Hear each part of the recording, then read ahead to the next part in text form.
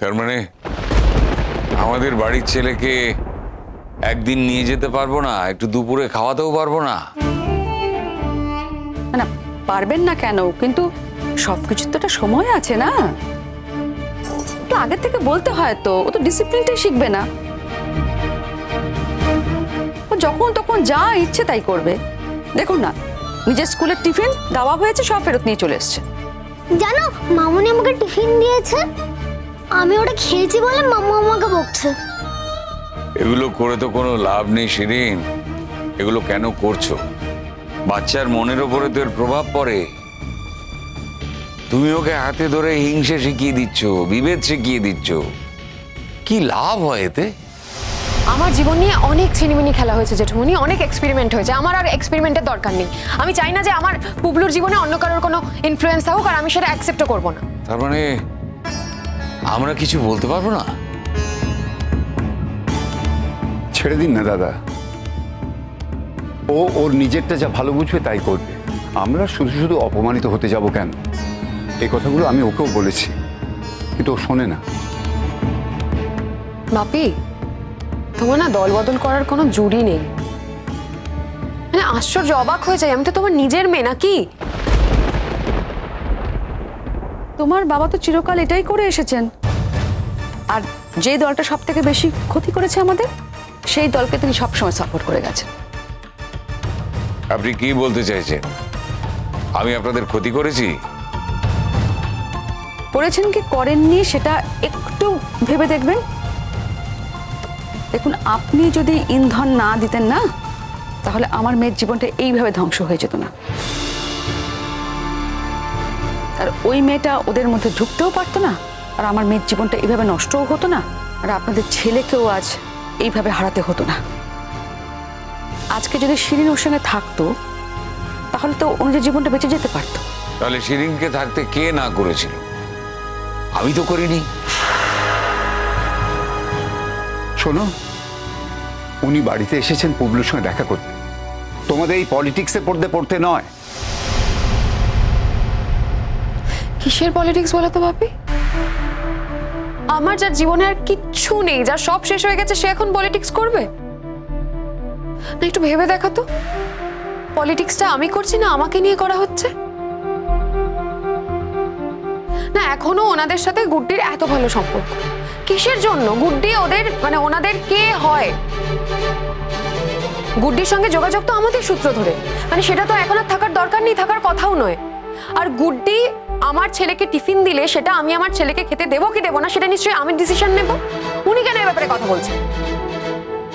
তোমাদের সূত্রে সম্পর্ক হোক আর যাই হোক, গুড্ডি আমার ছেলের বউ, আমাদের বাড়ির বউ, আমাদের অনুজের বউ ছিল। এই কথাটা তো আমি ভুলতে পারবো না। কেন? তারপর তো যুধাজিতের বউ হয়েছে, সেটা ভুলতে পারছেন? যদি তাই বলেন, তাহলেও আমি বলবো তো আমাদেরই বাড়ির বউ। কিন্তু সেই সম্পর্কটা তো আর নেই, মানে ওই সম্পর্কটা আর এক্সিস্ট করে না। তাহলে সেটা নিয়ে কথা বলে কি লাভ আমি বুঝতে পারছি না। তাহলেও আমাদের বাড়ির বউ থাকাটা তো আর পাল্টে যায় না। এক্স বউ হলেও তো বউ। আর তাছাড়া ওকে আমি কোনোদিন পুত্রবধূর মতো দেখিনি, ওকে আমি বরাবর মেয়ের মতোই দেখেছি। যাকে মেয়ের মতো দেখেছো, আমার জীবনটা তো সেই শেষ করে দিয়ে গেল না। যাকে মেয়ের মতন দেখার কথা ছিল, তাকে তো আপনি কোনোদিনও মেয়ের মতন দেখেননি।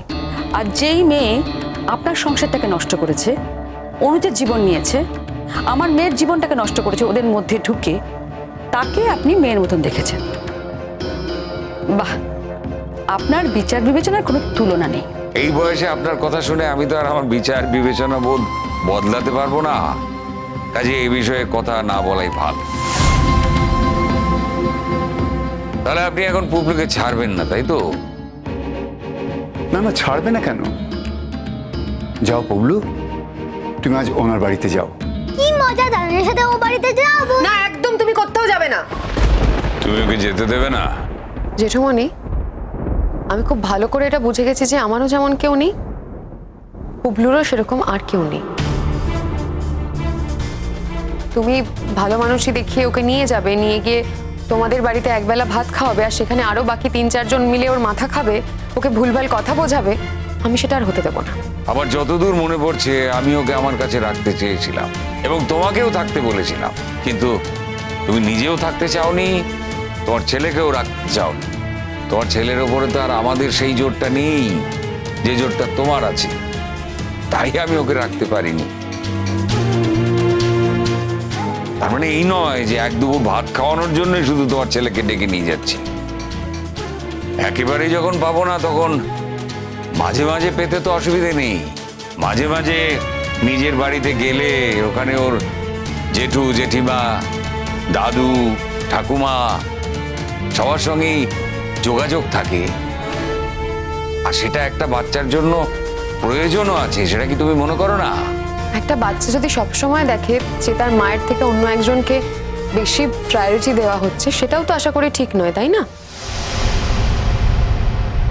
আমার তো সবকিছু গেছে জেঠুমণি, প্লিজ মানে আমার না হয় এটুকুনি থাক না। আমি তো বলছি না যে আমি পুবলুকে একেবারেই পাঠাবো না, পাঠাবো, নিশ্চয়ই পাঠাবো, কিন্তু তুমি যখনই এসে পুবলুকে সঙ্গে করে নিয়ে যেতে চাইবে সবসময় আমি সেই সময় যে তোমার সঙ্গে ওকে পাঠাবো এর কোনো মানে নেই।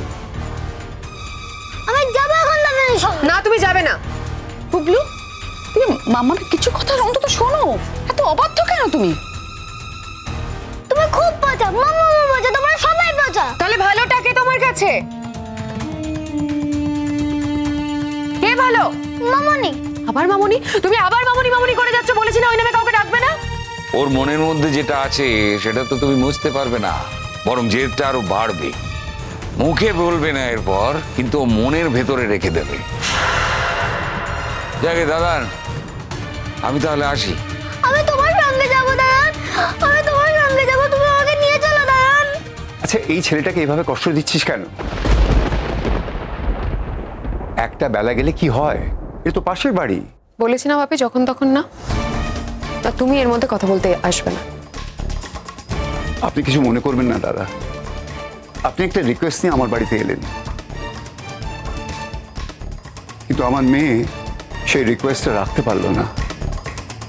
পুবলুকে আর একটু বড় হতে দিন, ও নিজে নিজেই চলে যাবে, তখন আর ওর মাকে বলার প্রয়োজন হবে না। দেখেছো মা, বাপি কি ধরনের কথাবার্তা বলছে, শুনছো তুমি? তোমার বাবা তো চিরকাল এটাই করে গেছেন। তুই কিন্তু ভুল করছিস সেদিন। আমি তোর বাবা, তোর যাতে ভালো হয় সে কথাটা কিন্তু আমি তোকে বলবোই। না, ও কোনো ভুল করতেই পারে না। আপনার মেয়ে কখনো কোনো ভুল করে না, ভুল বাকিরা করে।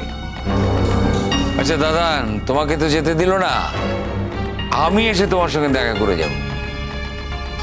আশা করি সেদিন তাতে তোমার কোনো আপত্তি হবে না। বাড়িটা আমার,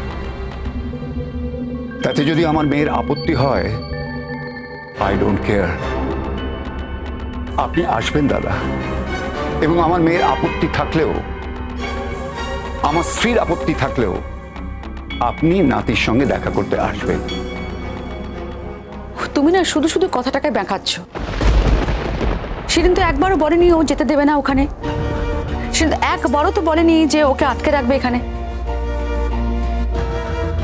হ্যাঁ, ও বলতে চাইছে যে এখন যেতে দেবে না, আর সবকিছু তো একটা প্ল্যানিং থাকে, তাই না? নিজের দাদুর বাড়িতে যাবে, তারপর প্ল্যানিং কিসে?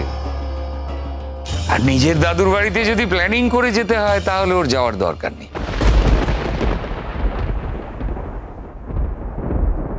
আমি জানতাম যে এরকম একটা দুর্ঘটনা ঘটবে। আসলে কিছুই না, ও এইসব আবোল তাবোল পুবলুকে খাইয়ে পুবলুকে শেষ করে দিতে চাইছে, যেমন ভাবে অনুজকে শেষ করেছে ঠিক সেরকম ভাবে। ঠিক আছে, ও যতই পুলিশ হোক, যত বড় র্যাঙ্কেই, যত বড় পোস্টেই থাকুক না কেন, এবার কিন্তু আমি থানায় কমপ্লেন করবো। ও এগুলো আমার সাথে করতে পারে না, ও তো পুলিশ বলে সবকিছুর ঊর্ধ্বে তো হতে পারে না, তাই না? আরে করবো করবো কেন বলছো, করছো না কেন ফোনটা? এক্ষুনি ওই হেড ম্যামকে তুমি ফোন করে বলো যে ওকে উল্টোপাল্টা কিছু খাইয়ে দিয়েছে। এত ফিজ নেয়, তারপরেও এটা কি ওদের কোনো সিকিউরিটি নেই? ও বাচ্চা মানুষ, তার শরীর খারাপ হতে পারে না। good